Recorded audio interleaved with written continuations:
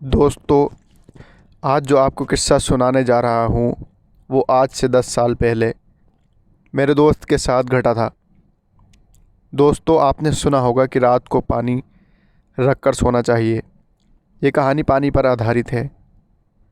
आज से 10 साल पहले रमेश अपने मामा के यहाँ जैसलमेर गया।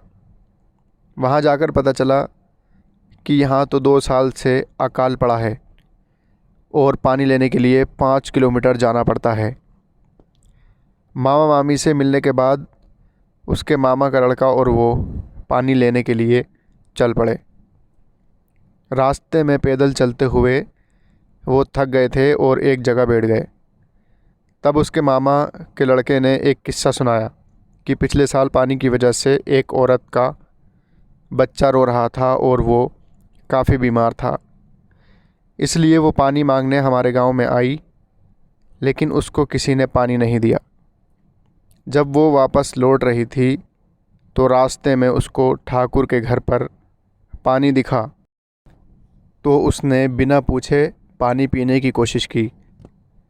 जब उसको ठाकुर ने देखा तो वो गुस्से से आग बबूला हो गया और कुदाली लेकर उस औरत की तरफ दौड़ा। उस औरत ने भागने की कोशिश की, लेकिन वो गिर गई। ठाकुर ने बिना आव ताव देखे कुदाली से उस औरत की हत्या कर दी।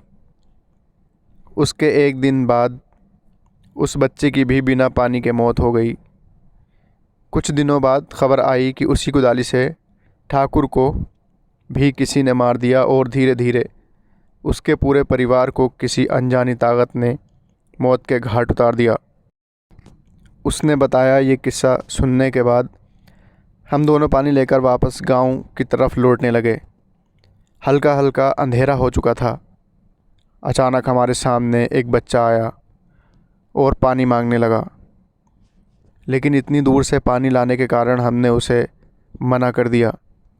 घर पहुंचकर मैंने खाना खाया और पेड़ के नीचे पलंग पर सो गया।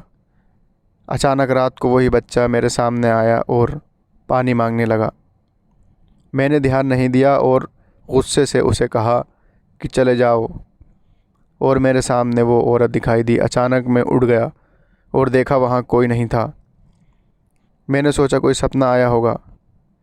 फिर रात 2 बजे के आसपास मैं पेशाब करने के लिए खुले मैदान की ओर गया और मुझे पानी शब्द सुनाई दिया। मैंने सोचा मामी होगी।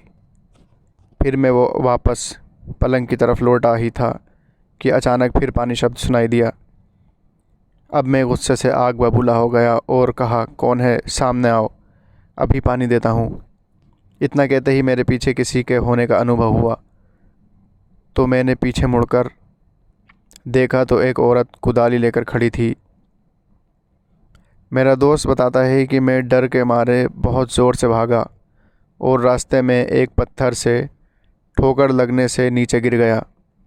उसके बाद जो हुआ वो चमत्कार से कम नहीं था। उस रात हल्के बादल थे और अचानक कुछ पानी की बूंदें उस औरत पर पड़ी और वो औरत गायब हो गई। मैं अपनी जान बचाने के लिए प्रभु को धन्यवाद देने लगा। अगले दिन ही सुबह जल्दी 5 बजे मैंने अपने घर मकराना जाने की ठान ली। मैं अपने मामा मामी को बिना बताए निकल पड़ा।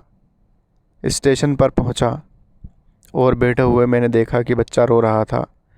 मैं घबरा गया, लेकिन वो औरत पास आई और पानी मांगने लगी। कहने लगी मेरे को पानी चाहिए था, लेकिन मैंने अपनी बोतल से उस औरत और बच्चे को पानी पिला दिया। उसके बाद रेल आ गई और मैं अपने घर पहुंच गया। उसके बाद से मैं हमेशा पानी अपने पास रख कर सोता हूँ। मित्रों, आपको ये अनुभव कैसा लगा? अपने महत्वपूर्ण कमेंट करके हमें ज़रूर बताएं।